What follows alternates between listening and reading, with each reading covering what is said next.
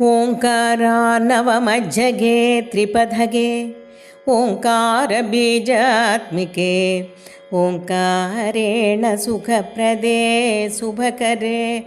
ओङ्कारबिन्दुप्रिये ओङ्कारे जगदम्बिके शशिकले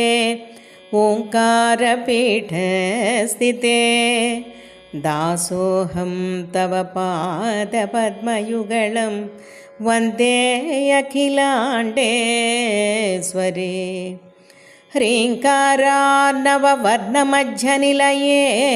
ह्रीङ्कारवर्णात्मिके ह्रीङ्काराब्धिसुचारुचान्द्रकधरे ह्रीङ्कारनादप्रिये ह्रीङ्कारे त्रिपुरेश्वरी सुचरिते ह्रीङ्कारपीठस्थिते दासोऽहं तव पादपद्मयुगलं वन्दे अखिलाण्डेश्वरी श्रीचक्राङ्कितभूषणोज्ज्वलमुखे श्रीराजराजेश्वरी श्रीकण्ठार्धशरीरभागनिलये श्रीजम्बुनाथप्रिये श्रीकान्तस्य सहोदरे सुमनसे श्रीबिन्दुपीठप्रिये दासोऽहं तव पादपद्मयुगलं वन्दे अखिलाण्डेश्वरी कस्तूरी तिलकोज्ज्वले कलिहरे क्लीङ्कारबीजात्मिके कल्याणी जगदीश्वरी भगवती कादम्बवासप्रिये कामाक्षी सकलेश्वरी शुभकरे क्लीङ्कारपीठस्थिते दासोऽहं तव पादपद्मयुगलं वन्दे अखिलाण्डेश्वरी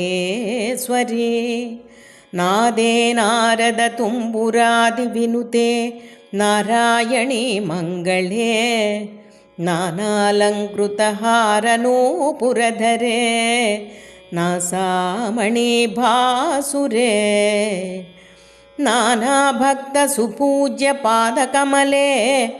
नागारिमध्यस्थले दासोऽहं तव पादपद्मयुगलं वन्दे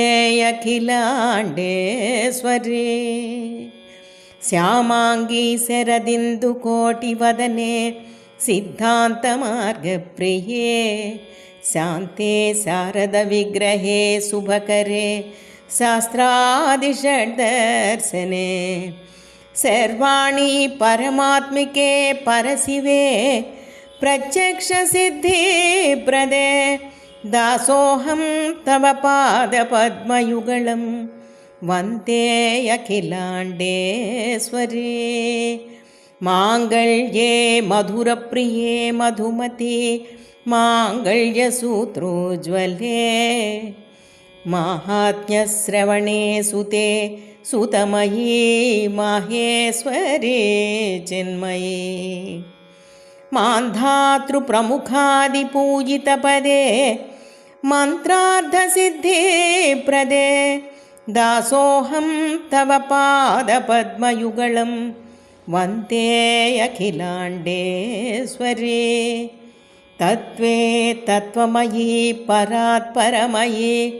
ज्योतिर्मयी चिन्मयी नादे नादमयी सदा शिवमयी तत्त्वार्थसारात्मिके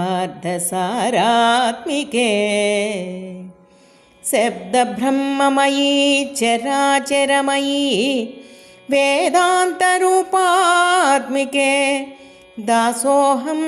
तव पादपद्मयुगलं वन्दे अखिलाण्डेश्वरी